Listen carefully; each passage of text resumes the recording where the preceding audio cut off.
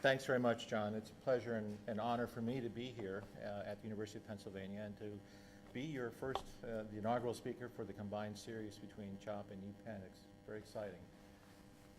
What I'd like to talk with you about this afternoon is really where we are in the evolution of healthcare and how healthcare IT is playing a role in this transformation of healthcare. It's clear to me and to many, of course, that we need to transform healthcare or we will suffer the consequences. Costs continue to explode. We're making an extraordinary investment in HIT, $19.2 billion, and we've certainly seen the needle move from low rates of adoption in hospital and clinics to broad adoption of healthcare IT across the country. However, I am concerned that we are not going to achieve the value proposition for this investment unless we address one fundamental key problem, and that's about knowledge sharing and decision support. So I'd like to describe to you some of the work over the past 5 years accomplished by the CDS Consortium and share with you these resources online, the CDS Consortium project website, the knowledge management portal, and the AHRQ website for CDS projects, and a webinar on this topic that you could also look at as well. I'll talk briefly about the motivation for decision support and the value proposition from some other work. I'll talk briefly about grand challenges as they have been viewed, and then talk about knowledge engineering and management for CDS, and then how do we approach this idea of sharing knowledge across an HIT landscape, and then at the end describe the lessons learned and what I hope to be the birth of CDSE 2.0. In the US, the story is well understood. Even with the adoption of HIT, we haven't addressed all of these problems which have been demonstrated historically. Patient data unavailable in 81% of cases in one clinic, found on the West Coast in an academic medical center, an average of 4 missing items per case. Lucian Leap's studies suggest that 18% of medical error was due to inadequate availability of information, and it's known that Medicare beneficiaries see 1.3 to 13.8 unique providers annually, or on average 6.4. I know how this works. When my mom was traveling around the country to see all of my siblings, she would carry her x-ray jacket and her paper-based records, and with a somewhat complicated medical history, each doctor had to relearn the case each time. Andrew Ballas also demonstrated in the Yearbook of Medical Informatics the finding that it may take as long as 17 years for new innovations to be adopted routinely in clinical practice. And it's clear that information needs in practice, and I'm a recovering primary care physician, are oftentimes not met. We know physicians may have unanswered questions, so the typical response is to maybe do an extra test or invite the patient back for a repeat visit that might not otherwise be really necessary. The volume of knowledge and the volume of data that is arising in clinical practice is exceeding our human capacity for computation, if you will. This is a demonstration of the number of new decisions related to SNPs or functional genetics, gene expression profiles, or proteomics and other effector molecules, and it's growing exponentially. In primary care internal medicine, it's thought that within a year there will be maybe 100,000 gene variants relevant to your care of average outpatient patient types. So we need to address this information overload and the knowledge deficit as well. We live in a sea of clinical care failures or missed opportunities. Everyone's trying to do their best, and clinicians, of course, are doing their best in practice routinely, but the evidence suggests that we are not achieving our basic guideline-oriented goals or the evidence-based best practices. This is Beth McGlynn's seminal paper from years ago showing the compliance with national guidelines in a careful survey of multiple disciplines across the country. And the takeaway was that only 54.9% of the time are our patients receiving recommended care. When I was in Boston, I also had the opportunity of leading the CITL, the Center for Information Technology Leadership, and we were focused on technology assessments and evidence syntheses for value-based technology assessments. And a wide variety of studies were done, which I won't go into now, but in sum, these were studies suggesting that perhaps 150 billion could be saved with HIT adoption, or approximately 7.5% of the US healthcare expenditure. Through advanced clinical decision support at the point of care and ambulatory practice, John Birkmeyer from Dartmouth suggests there's another 30 billion potentially from CPOE savings in hospital. The value of healthcare information exchange and interoperability is actually the most valuable thing. Sharing record information between care sites across a spectrum of where care is received. Diabetes management, telehealthcare services, and personal health records, kind of a new front, which may be the focal point for sharing a lot of information and even coordinating decision support, care coordination, population management, and the like. But where are we? We're in the middle of this transition. Somehow this cover gets more apropos every day. It hurts even more now after healthcare.gov has had all of its issues and problems. But of course, we're trying to implement this HIT and have it broadly adopted and used, and of course, most importantly, effectively used. Meaningful use is sort of not meaningful to me. I'd like to see us effectively use HIT in both a process-oriented to improve processes as well as achieve desired outcomes. So I think one of the fundamental problems, as I said up front, is we really have a perfect storm for CDS. Lots of clinical data, troves of data coming online, lots of genetic data coming, lots of personal social data coming as well, which is relevant. If you think about the spectrum of healthcare, the old studies suggesting that out of 1,000 patients, only 100 see a doctor, only 10 get admitted, and only 1 goes to the ICU. You know, we have to think about the geosocial context, if you will, for our patients, and use information from that kind of data to help us improve care. For example, one quick study I read a while back had tagged a GPS device to a asthma inhaler. And it was very clear to see where the patients were using their asthma inhalers and to make a geographic assessment about what were the environmental toxins and where all this inhaling was occurring was near a large smokestack. The inexorable rise in healthcare costs cannot continue. We're in the midst of this healthcare recession at the moment. The population is aging. We're moving from commercial insurance to much more publicly funded care, and we have yet to do the rest of healthcare reform. I would suggest that the Affordable Care Act is really step one and addresses some of the issues, but has not yet really addressed the demand function, if you will, for our healthcare delivery services. So this is Chuck Friedman's graphic, which I love for its simplicity and directness. The fundamental theorem or hypothesis here is that we can aid the human brain with the computer and exceed the capacity of the unaided brain. CDS serves a wide array of functions in practice, of course, alerting and reminding, critiquing, interpretation, prediction, assisting in choices and selections, diagnosing to a lesser degree, but still very interesting, and suggestions for care management and even care plans, of course. And the evidence for CDS, I think, is relatively good.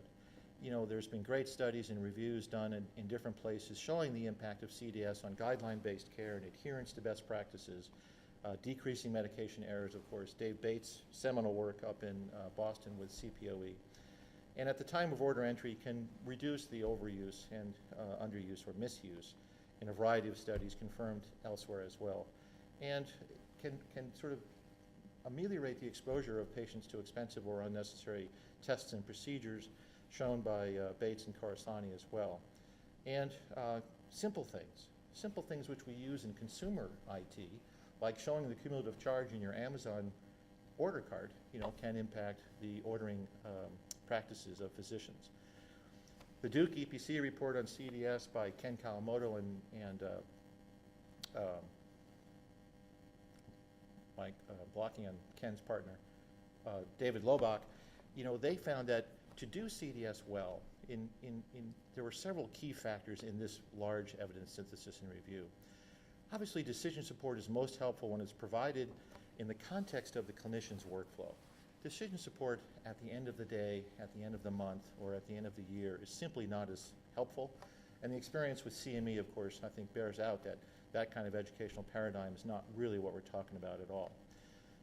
Provision of decision support at the time of decision making and the location of decision making and equally importantly, providing a recommendation. Everyone's heard about making decision support actionable, not just an alert, but something that will actually help me do whatever it is I'm trying to do.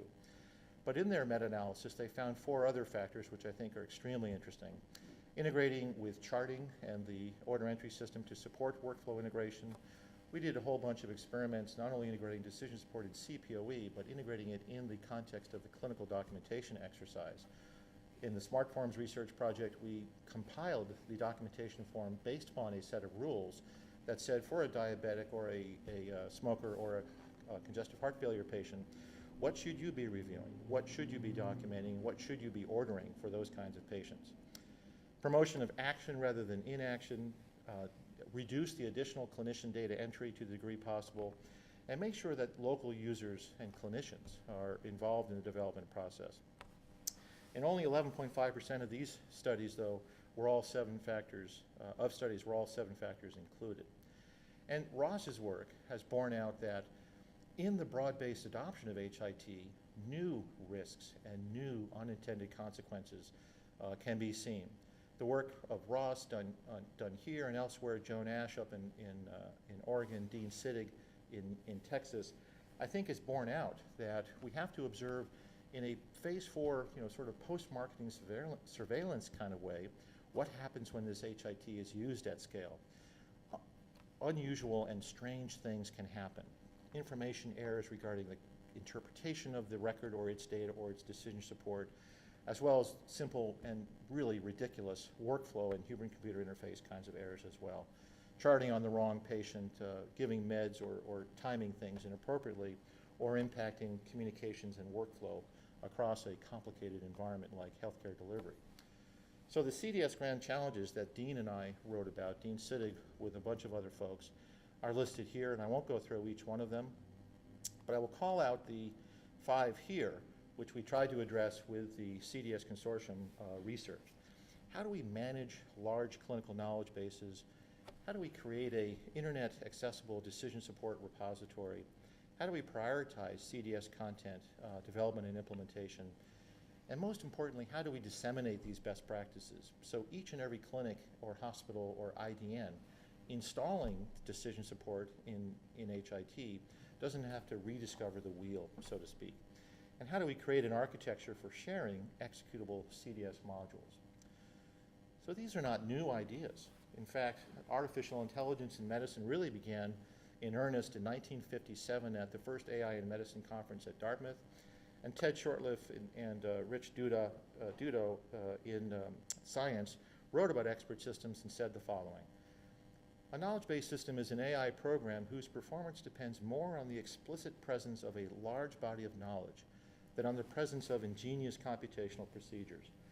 So the point here is that we really want to think about knowledge as a component, as a related part to computation and inference, that the knowledge base itself can be potentially designed so that it can be used by any number of inferential processes or procedures, algorithmic reasoning, statistical, pattern matching, CART, whatever you like. Equally important, though, the idea should be that we can exchange knowledge bases from one inferential environment or one system environment to another, so that we don't have to go through the laborious process of re-engineering the knowledge.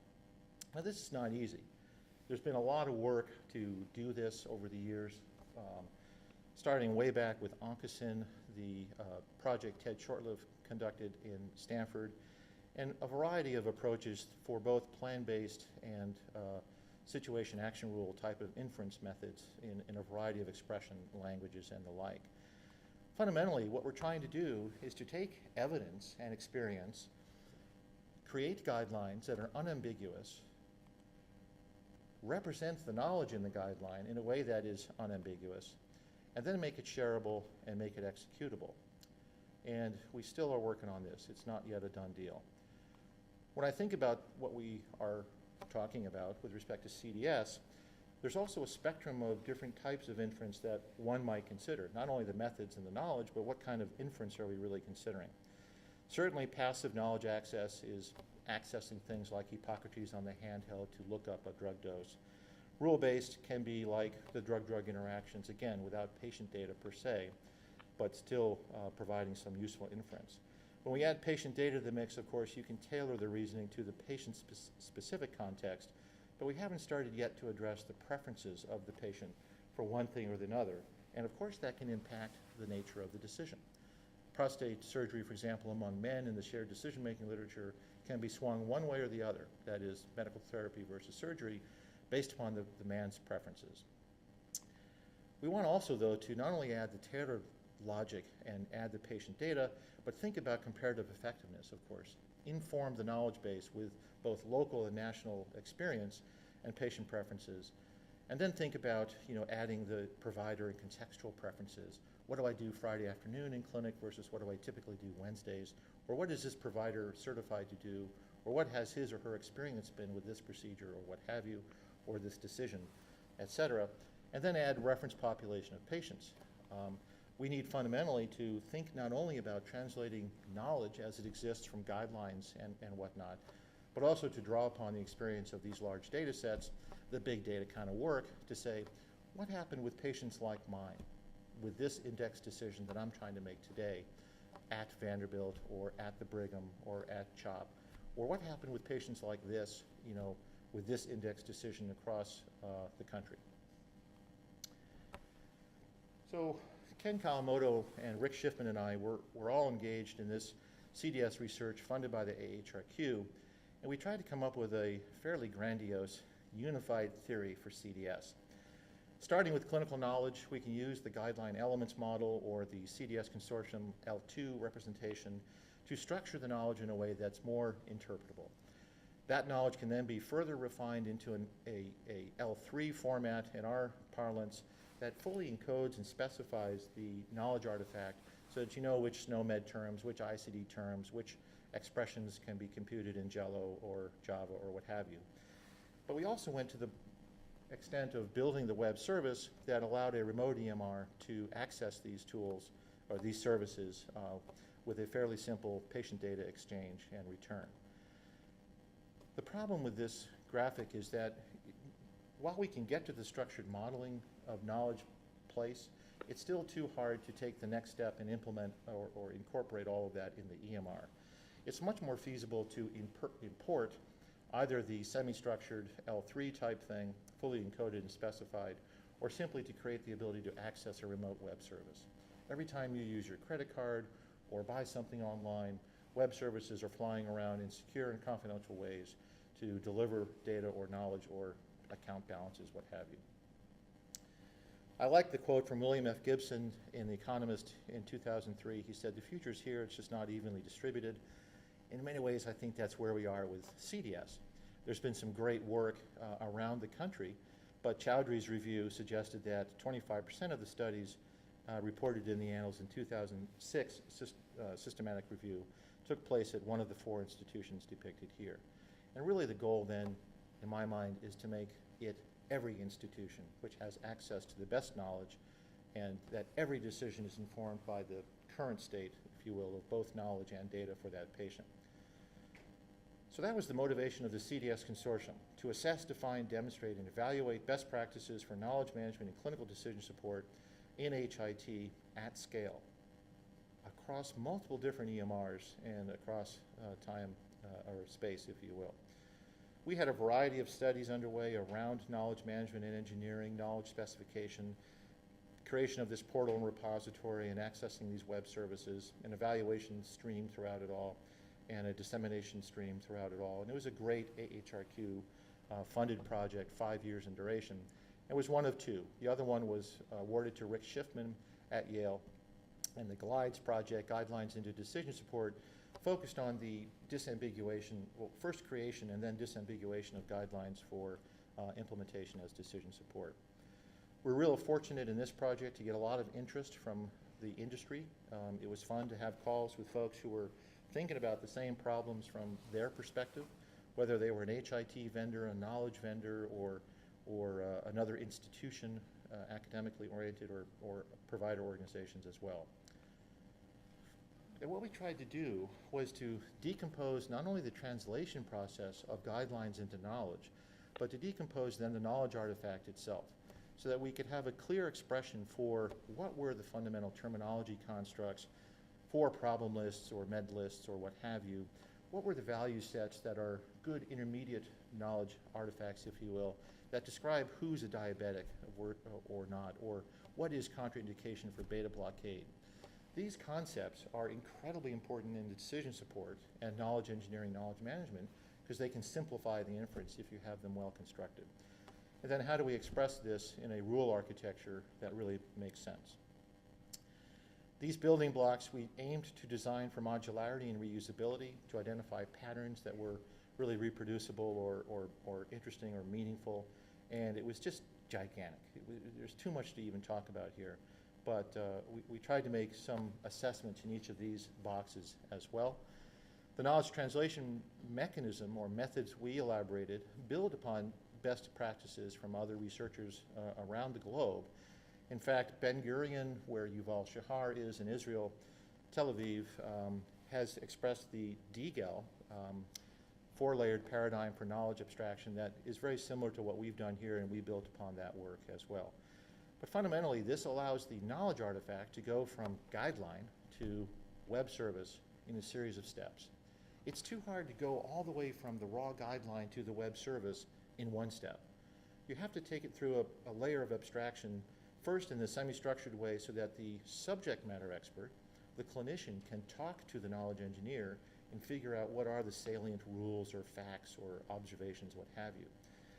Then a knowledge engineer or clinical informatician type takes that semi-structured level 2 and encodes it and fully specifies it with SNOMED, CPT, ICD, LOINC, RX norm, what have you, as well as writing the expressions in a controlled way that allows them to be interpreted by remote systems, and then finally build a standards SOAP-based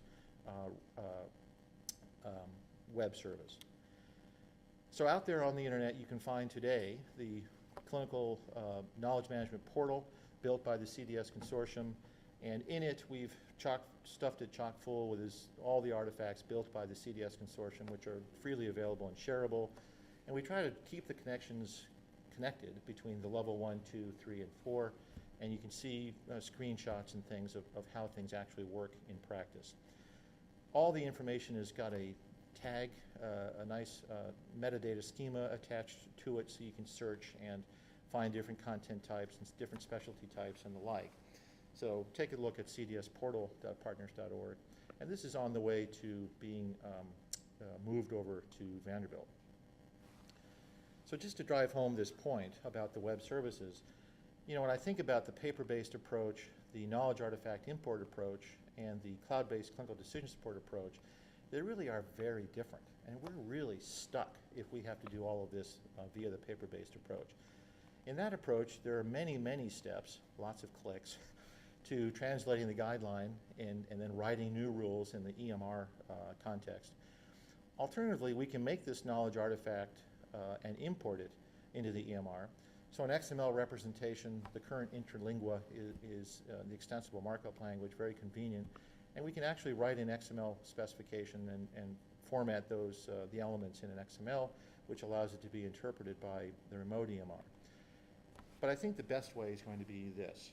Actually do all that work of translation and specification and servicizing in central locales, academic medical centers who have the capacity and the wherewithal to not only do the knowledge engineering, but to serve the usual AMC mission of knowledge creation, teaching, and clinical care, and then disseminate that. It's incumbent upon AMCs, I think, to be these knowledge servers for the future.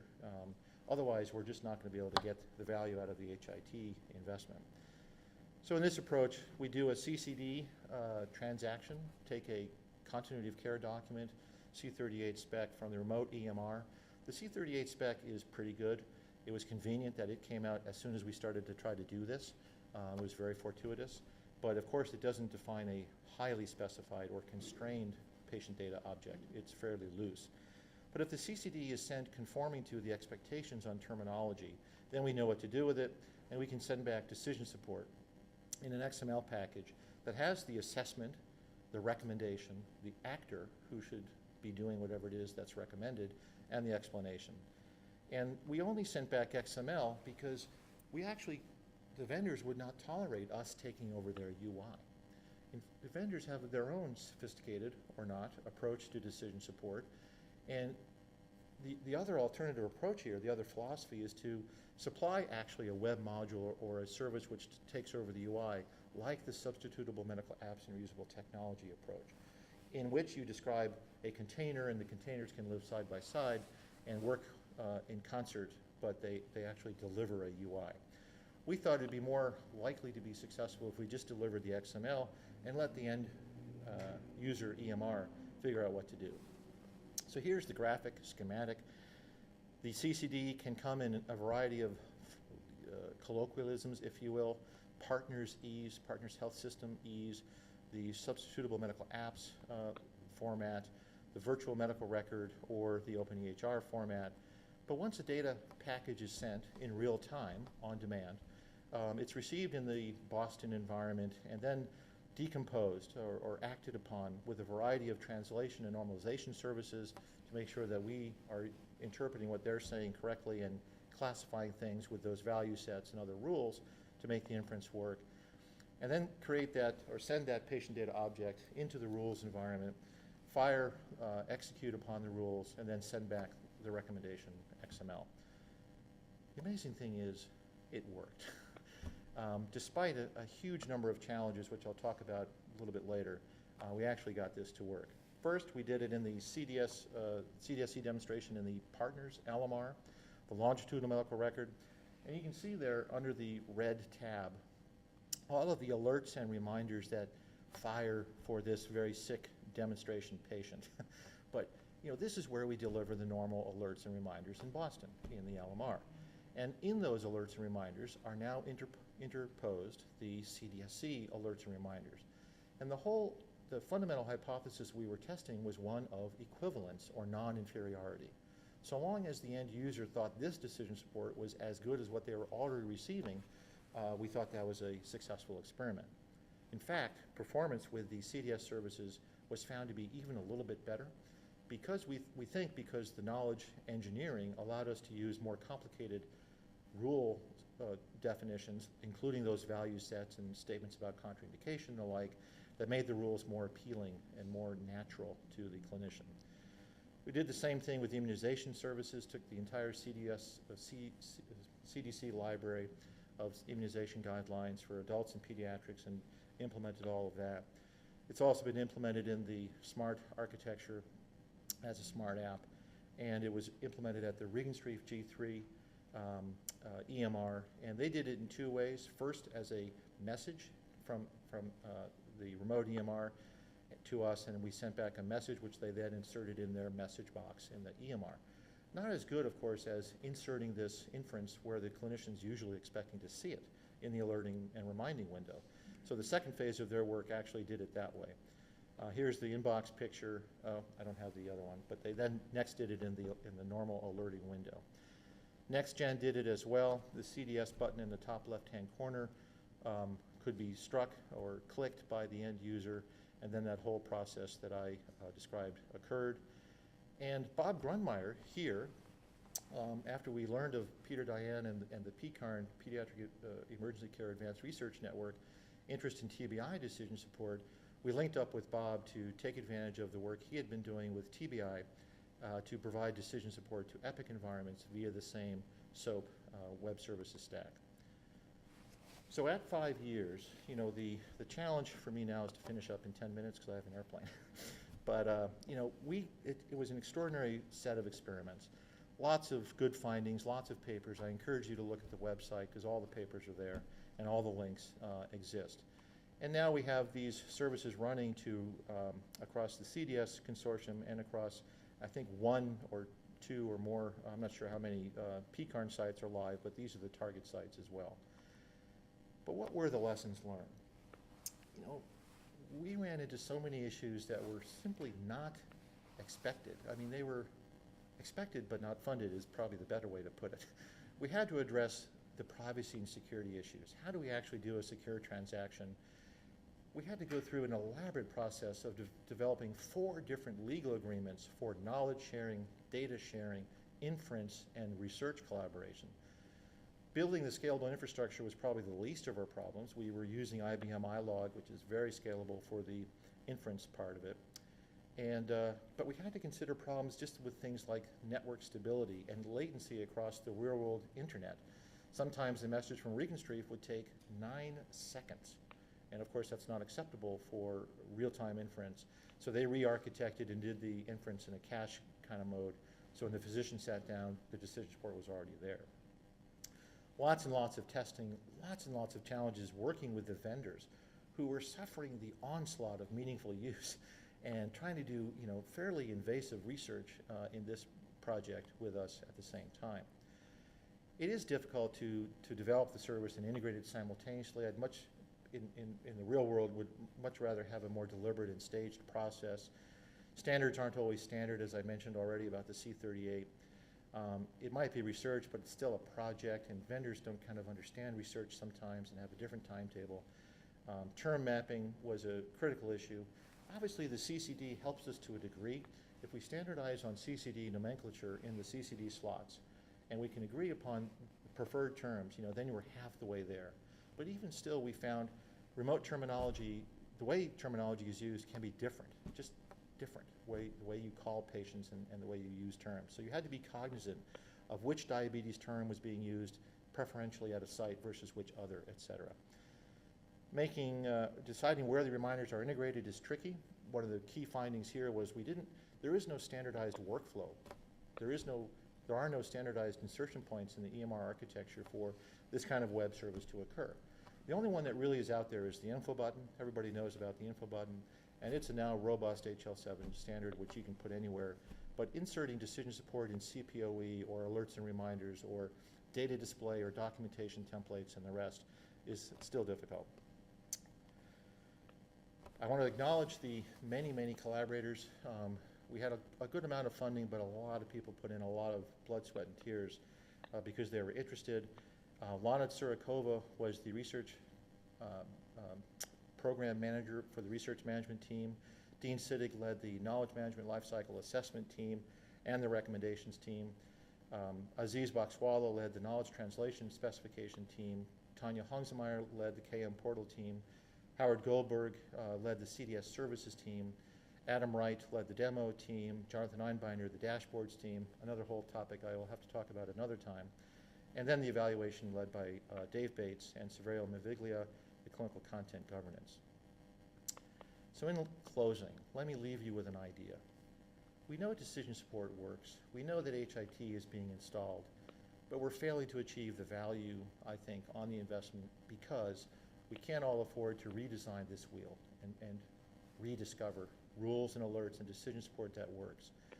So as I think about the opportunity, with my work at Vanderbilt, we're very interested in establishing this idea of the CDS ecosystem in a self-interested way.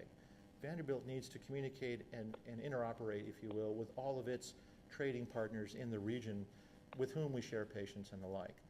So designing, implementing, evaluating a CDS ecosystem that would demonstrate best practices for knowledge management and clinical decision support in HIT at scale, across multiple platforms, across multiple care settings, inpatient, outpatient, home, work, and across multiple technology platforms, EMR, handheld, what have you. What is a CDS ecosystem? This is a system of standards and technology which support the use of multiple instances of web services that provide additional functionality to health IT applications, synchronously or asynchronously, and most importantly, in a concerted manner, so that these things work together and make a symphony as opposed to cacophony.